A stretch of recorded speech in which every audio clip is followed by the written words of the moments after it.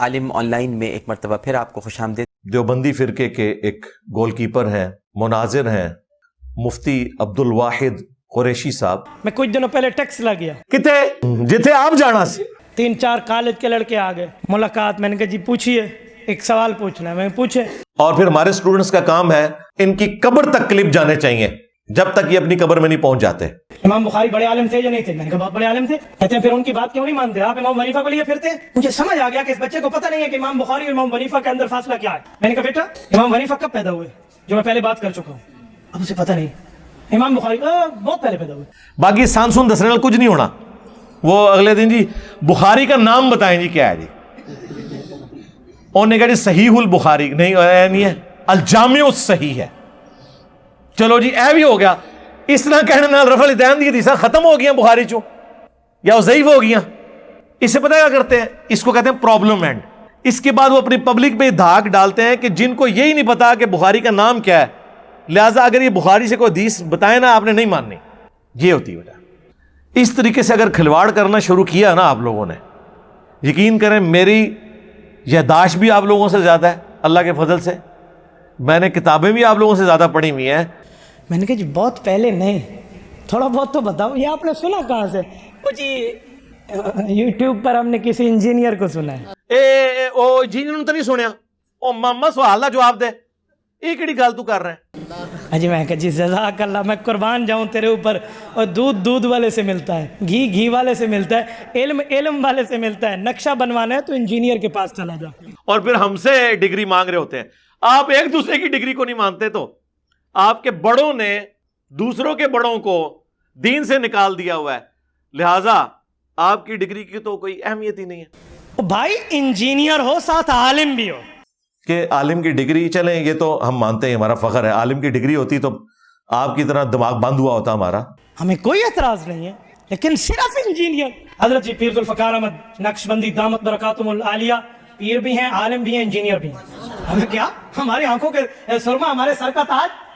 مجھے پتا ہے کہ میں نے ان کے بابے مارے ہوئے ہیں یار، ہاں ان کی میت کے اوپر میں بیٹھا ہوا ہوں تو ان کو رونے کا حق تو میں دوں گا، ہمیں کیا اعتراض، لیکن علی مرزا جسٹ انجینئر وداؤٹ عالم، وہ صرف انجینئر ہے بھائی۔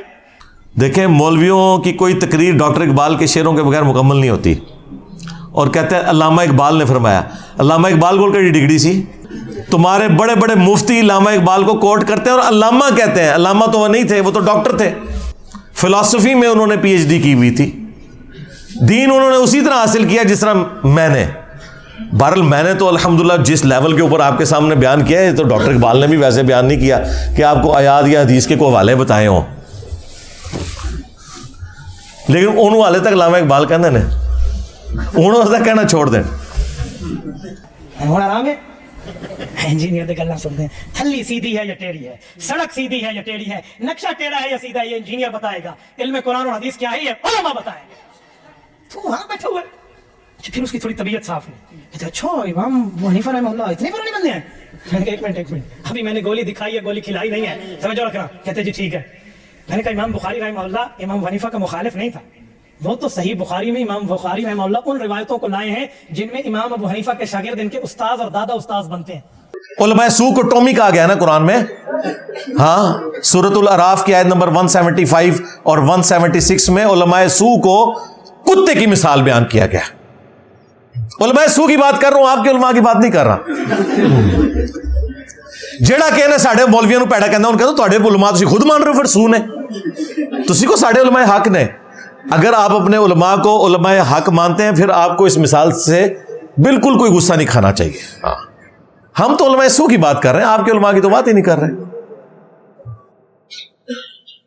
یہ صرف قرآن میں کتے کی مثال نہیں ہے، یہ سنن نبی داؤد میں آیا کہ میری امت میں ایسے فرقے پیدا ہوں گے اور ان میں ایسی بدعات جاری ہو جائیں گی جس طرح باولا کتا کاٹ جاتا ہے۔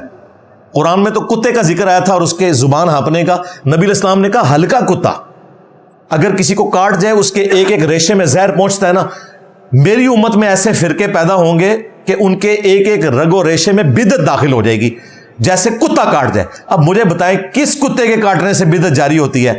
کسی اسکواش کے پلیئر سے، کسی کرکٹ کے پلیئر سے، یا کسی مولوی کے کاٹنے سے؟ ظاہر مولوی کی فیلڈ ہے نا۔ اگر پازیٹیو چیزیں مولویوں کے کھاتے میں ہیں تو نیگیٹو بھی ان کے کھاتے میں ہے نا, فیلڈ تو ان کی ہے نا. کہتے ہیں نا علماء سے پوچھ کے چلے, تو علماء یہ کر رہے ہیں نا. تو یہ کتے کی مثال قرآن میں اور سنن نبی داؤد میں علماء سوء کے لیے نبی علیہ السلام نے بیان فرمائی. لہٰذا اگر ہم کبھی تفنن میں یہ کہہ دیں کہ میرے نبی سا ہے ہی کوئی نہیں, تیرے ٹومی تھے, شاہ ہی کوئی نہیں, تو برا نہیں کسی کو منانا چاہیے.